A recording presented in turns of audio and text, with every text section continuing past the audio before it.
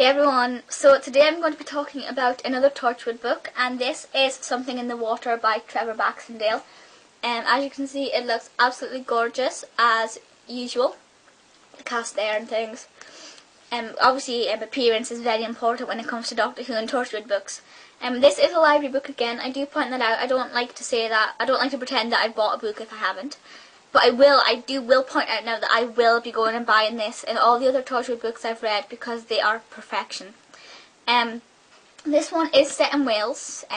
It's set basically around the hub, and there's a apparent flu pandemic going around the city and spreading across Wales and into England as well.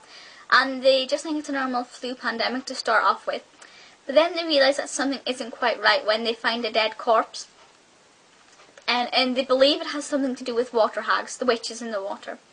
But they're not too sure, so Captain Jack and the team go investigating. And quite early on in the book, they find out that there was something quite not right about the corpse. I'm not going to say what it was because I don't want to give it away. But then when they realise what was wrong with the corpse, they realise that it's not just the corpse that's infected with that, but it's actually got something to do with the flu pandemic. So they have to sort of realize I'll start again. So Tosh goes and investigates on this corpse and tries to work out how to stop what's happening to the corpse happening to everybody else. But of course time is against them because they don't actually have, obviously as they know, this illness that people have which they think is the flu is getting stronger and stronger, and as each day goes by their symptoms get worse. And then the only people who know what's about to happen to them is the Torchwood team, and they have to try and stop it before this really awful, terrible thing happens.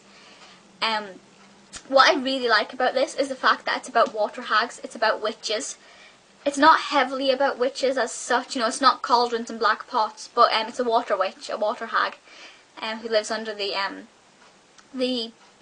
swamps and things. So that for me was really quite exciting. But the fact that time is running out, because with some books, there's not always a time limit. You know, there's a problem, but time isn't against them. But with this, you're reading at such a fast pace. You're actually keeping up with the time. You know, if there's a running scene, you're literally reading like this because the adrenaline's getting into you and you're reading so fast. And I just think it is, well, I absolutely love it. The plot is really quite thick and heavy. As far as length goes, I'll just check the page number. It is 249 pages. Text, quite a nice size.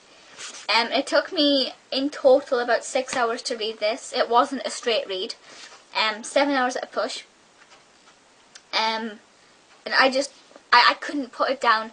I think I read about 150 pages and then I read the rest. I was just so excited. New things kept cropping up all the time. The characters were so rich, so real. You could see Eve doing things. You could see John doing all these things in your head.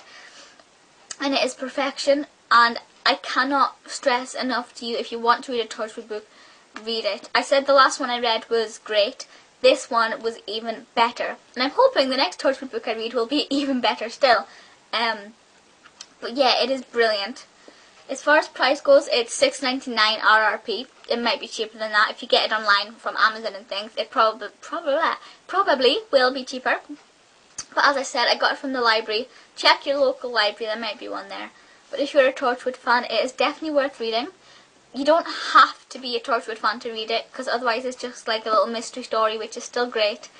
But obviously it's better if you're a Torchwood fan and you know what they're going on about, because when they talk about the hub, I don't think that there's enough information there about the hub for you to truly understand what it is if you hadn't seen Torchwood and you didn't know what it was.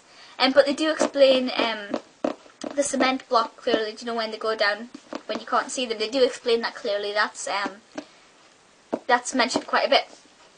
But the characters are really rich. The creatures are creepy. I actually had a dream about the creatures, about the water hags, but the Torchwood gang weren't in it. So I was like, great, I'm dreaming about the water hags and Captain Jack isn't around anywhere. Perfect. But it is so beautiful. You will be close to tears sometimes because there is quite a lot going on in it that's quite heavy. It's not for a younger fan, but then again, neither is Torchwood. So it's for a Torchwood audience, basically. Absolutely perfect. You will love it, I promise you. Please feel free to leave comments and things and let me know your thoughts. If you recommend any other Torchwood books for me to read, please do, because I will go hunting for them. I really want that one. I don't know what it's called, but I want the one with Eve on the back. But yeah, so feel free to leave comments and things, requests, whether it's Doctor Who, Torchwood, or other. And until then, I will see you next time. Bye, guys.